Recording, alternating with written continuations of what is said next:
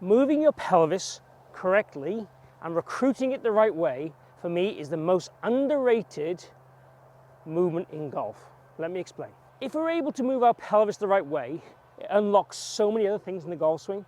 It allows us to function on the right playing path, control low point, create power, all the things we would want to do to be successful in golf. Which is why I say it's the most underrated move. Now, lots of golfers, when they try and move their hips, move them the wrong way. The biggest fault I see is the big sway off the golf ball in order to try and trigger the golf swing. What we want, if you imagine if I put my fist here, when I swing back, I'm happy for about a golf ball movement towards target with my pelvis as I turn. And I'd also be fairly happy if the pelvis stayed exactly where it's same in terms of positional. I would want it to rotate for sure. In terms of recruitment, lots of golfers tend to move their hips too early in the backswing when they try and rotate. So I definitely want to talk about spiraling the body the right way, in the right recruitment order, and ideally the right amounts to suit each golfer. Now, Pete Cowen often talks about the spiral staircase and kind of winding up, and he's exactly right. What a great coach, great guy, and a great mind on the golf swing. Let's get stuck into exactly what I want you to do. So I've got a mid-iron here like a 7-iron. So if I take my stance here, what I'd want you to feel we do is recruit the right way. I've already mentioned that word. So with a normal stance and the feet slightly flared, if from there I try to rotate my rib cage first, and I get to a point where I feel, okay, this feels now it's getting a bit sticky, I can't move too much more, and depends how flexible you are, where that point is. Then from there, then I'd want you then to start turning the hips. And then if the hips start to feel they're getting towards their max range, then we'd move the knees actively, and the knee would move more in towards the golf ball, and the trail knee will move more back and in towards target, and then we'd move the feet and ankles if we needed to. So it doesn't matter how flexible you are, what age you are, what level of golfer you are, what we're trying to do is cater this movement to your individual requirements. So someone like myself, to get like a 90-degree, let's call it thoracic turn, my hips are going to move probably about 50 degrees because I'm not the most flexible in the world. Now, if you were more flexible, you might be able to move your thoracic spine to 90 degrees and the hips might only be about 40 degrees, like 10 degrees less than I need, for example. And that's absolutely fine. The key is that we try and finish the backswing at the same time with all these components. It's kind of like joint loading and spiraling. So the right shoulder goes up and back, the thoracic turns, the right hip goes up and in, like this, and up and back, and then the knees would work. So we feel shoulders, hips, quads, knees, ankles in that kind of order, and we spiral, we load, and we turn. And the whole goal of this whole move is to enable us to get some depth in the swing and complete the backswing. Now, in completing the backswing, it allows us then to start the downswing correctly. If I don't turn correctly in the backswing, nearly always the rotation will be too aggressive, too heavy in the start down, and the club will pop out and go over plane and swipe across the golf ball. We definitely do not want that. If I don't turn quite often, the arms won't get deep enough, and then I have to shallow it manually and manipulate in the downswing. Again, you can become quite successful doing that, but the less manipulation we have in the golf swing, the better. So the more we can make our golf swing be more natural, more flow, the better. So what we want to feel is these hips have an active role after we get to this stuck stage. So if we swing back, try and feel this all upper body, and I'm about there, and I feel now I'm a bit stuck. Now let that hip work to the top, and find then as I turn, that brings the arm into a slightly deeper position. And in terms of depth, I'm looking for the club, or the butt of the club at the top of the swing, to be somewhere around about my ankle.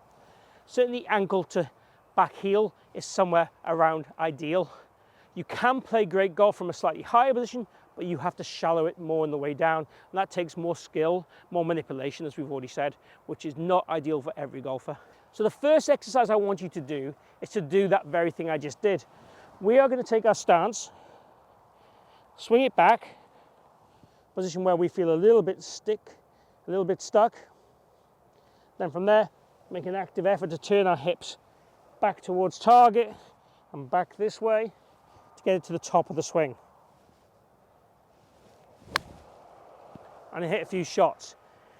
And just start to feel that you are moving and recruiting the right way to complete the backswing.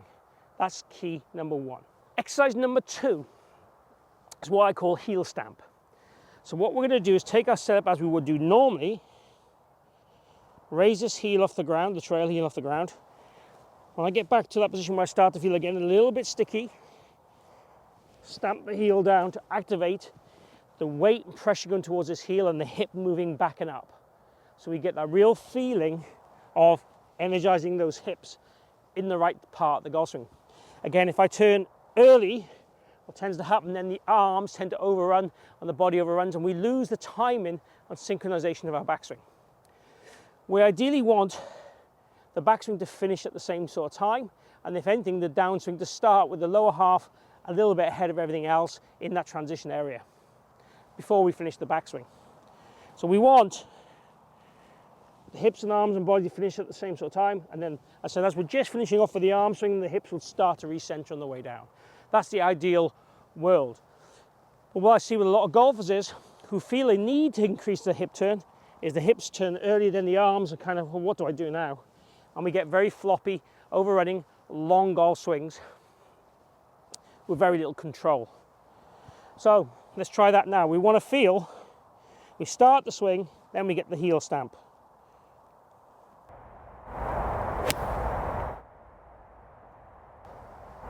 That felt absolutely great. Really, really solid golf shot, really straight, and it felt like I made a nice big coiled, rotated backswing, and then I had loads of time on the way down, loads of space on the way down to get the arms in the right place. Now for the sways of the world, we can stick an alignment rod out of the ground, take our setup and just try and feel, okay, can we create a bit of space? And I said ideally it'd be about a golf ball between the alignment rod and our hip, thigh, pelvis at the top of the backswing. Again, we're trying to feel that the space perhaps doesn't change much initially.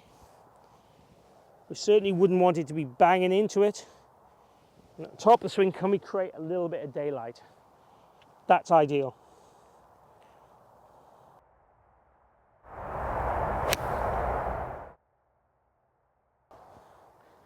And just practicing with your golf bag there, or your alignment rod there, will start to give you some feels to take the golf swing we're looking for to the golf course. Now let's just go through a routine you can do in the golf course to help this integrate itself into your normal system. So the golf course, we want to ideally simplify as much as we can to allow us to perform. So what I'd like you to do if we were on the golf course is take a practice swing behind the golf ball with the heel raise, start the swing, bang the heel down, and create that kind of flow in motion. So you're just really trying to feel that kind of heel stamp and depth with the pelvis and rotation with the pelvis, starting after we've got the arms starting to work back. That is it. Then when we go to the golf ball, all I'd be thinking about is, can I turn? Can I turn behind the golf ball? Can I get my rotation right? Start the swing, then rotate.